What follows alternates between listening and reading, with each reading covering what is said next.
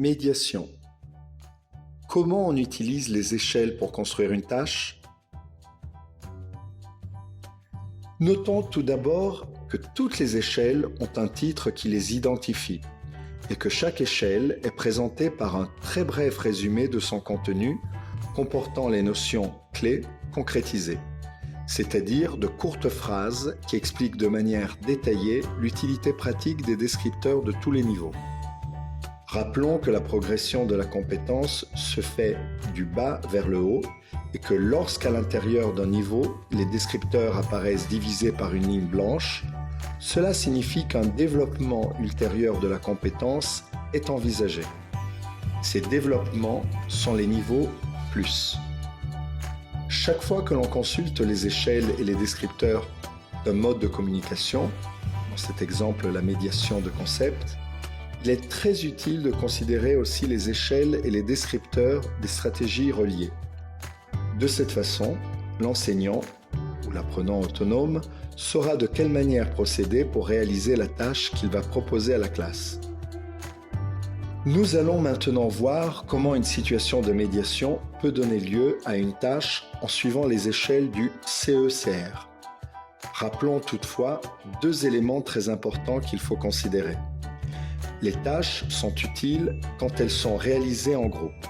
Une tâche peut être réalisée à plusieurs niveaux, c'est-à-dire que l'enseignant l'adapte à sa classe. Comment? L'approche actionnelle nous indique qu'il faut tout d'abord identifier le ou les descripteurs pertinents. Voyons un exemple. Commençons par cette situation problématique. Dans une assemblée de copropriétaires, on discute de la nécessité de certaines rénovations. Et celles-ci sont très coûteuses et doivent donc être planifiées dans le temps. L'échelle qui nous permet de réaliser notre objectif est la suivante. Coopérer pour construire du sens. Si le niveau de nos apprenants correspond à A2, A2+, les descripteurs sont les suivants. Peut faire des interventions de manière simple. Peut faire des remarques simples et éventuellement poser des questions pour montrer qu'il, qu'elle suit.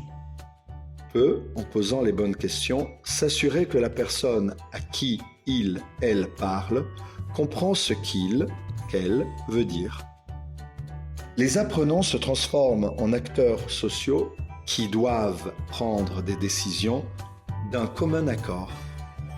Ils présentent donc leurs problèmes personnels, par exemple les coûts excessifs, la priorité de certains travaux, la nécessité de vendre leur appartement, la crainte pour la durée des travaux, la perturbation du silence et des routines quotidiennes. Et ils expliquent et justifient leur opinion afin d'arriver à un calendrier des travaux à réaliser, ce qui signifie développer des idées. Si l'on considère qu'il est nécessaire d'avoir quelqu'un pour gérer les tours de parole, alors il y aura aussi un coordinateur qui peut aussi avoir d'autres fonctions. S'il est par exemple technicien, il fournira des détails, facilitera l'illustration de certaines questions techniques, contrôlera la compréhension de chaque participant. Les stratégies porteront sur plusieurs actions. Faire connaître comment se déroule une réunion de copropriété dans le pays de la langue étudiée. Introduire ou rappeler le vocabulaire utile. Par exemple, en expliquant la terminologie technique ou en montrant des diagrammes. Rappeler les compétences pragmatiques et sociolinguistiques. Nous avons ainsi créé une tâche qu'il faudra intégrer à un scénario.